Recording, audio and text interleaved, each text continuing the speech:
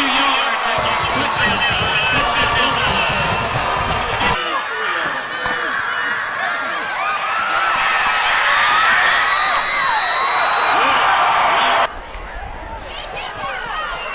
You know, I thought we played a sloppy game early.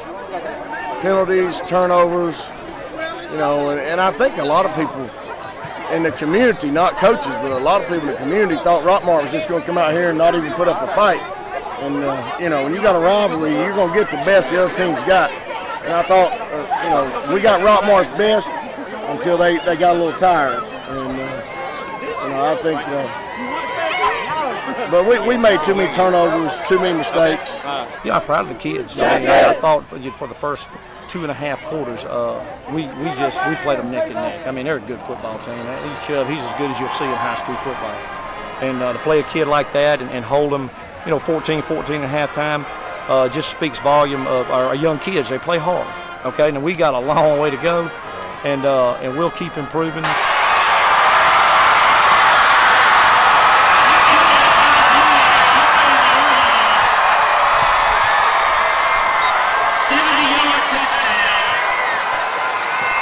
Coosa and Gordon Central both coming off playoff appearances in 2012, Friday night on Coosa, looking to get that first win of the season. Here are some highlights.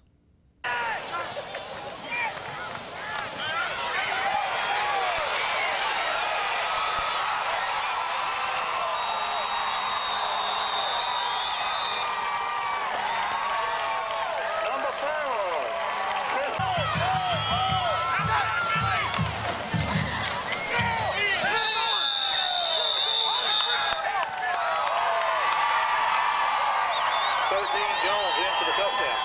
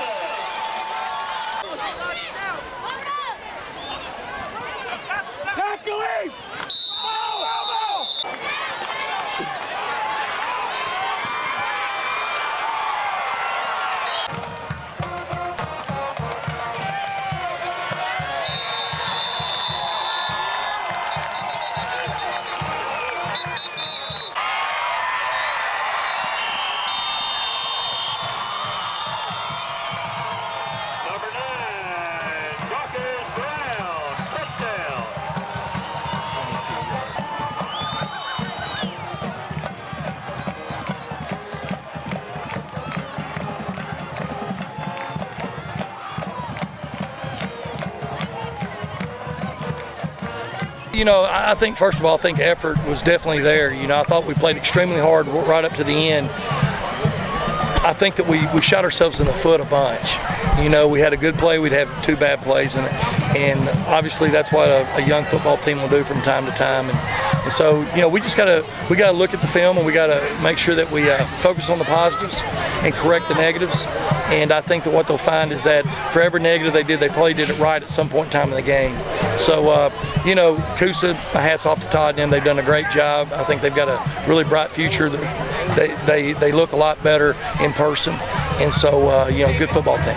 It's great. You know, it's great to get that win in, and it's great to go ahead and get that monkey off our back to get our first win of the season.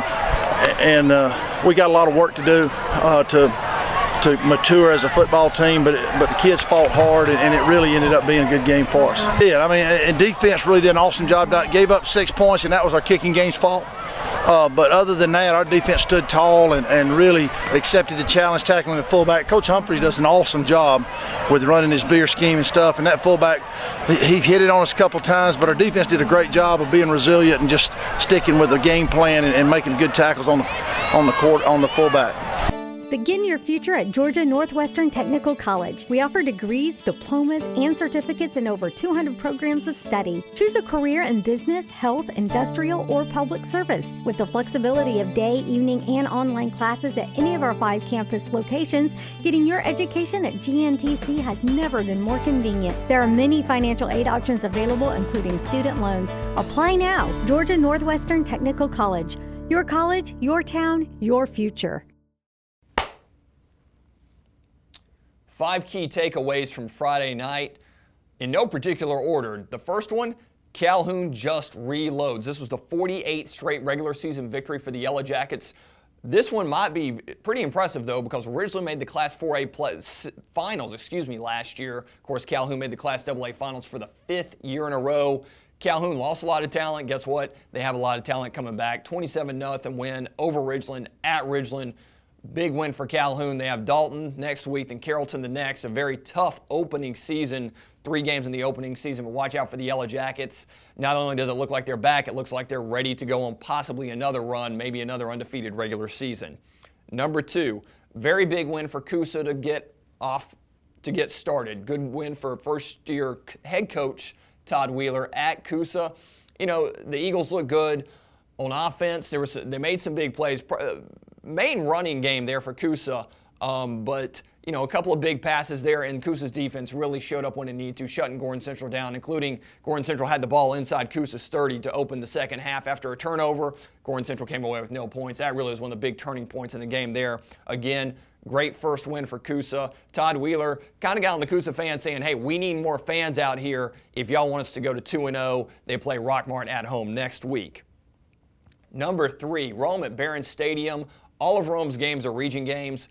The loss to South Paulding, yes, it hurts, but putting everything in perspective, there are 9 games left in this season, and Rome draws 3 of its toughest opponents, Allatoona, East Paulding, and North Paulding, all at Barron Stadium. Now, Rome's going to have to beat a couple of those teams if they want to win a region title. They're probably going to have to beat at least one of those teams if they want to go to the playoffs. So, you know, losing that first game hurts, but Rome was able to battle back. If that defense can clamp down a little bit better, Rome will be just fine.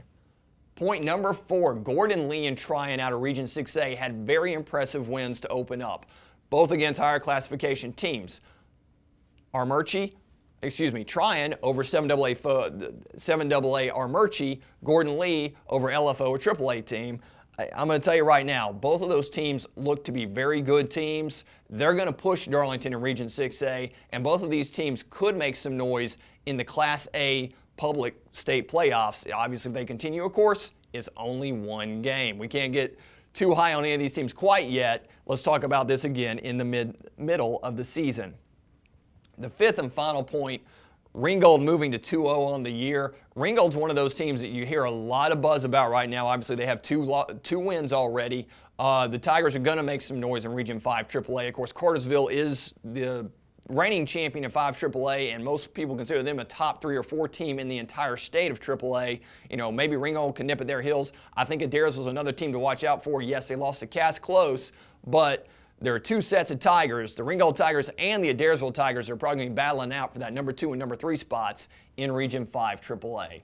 Of course, if you didn't see any of the games, you missed some of the action, we have full video highlights from the Coosa-Gordon Central game and the Cedartown-Rockmart game. Come to PrepCentralOnline.com for articles and photos. Everything you can imagine. Come back Wednesday as Matt Davis from 95.7 The Ridge and myself break down all of Friday's upcoming games. And, of course, next Friday, live scoring updates throughout, articles, photos, videos, and the Gridiron Central Scoreboard show to cap it all off. For Kevin Myrick, I'm Jim Allred saying we'll see you.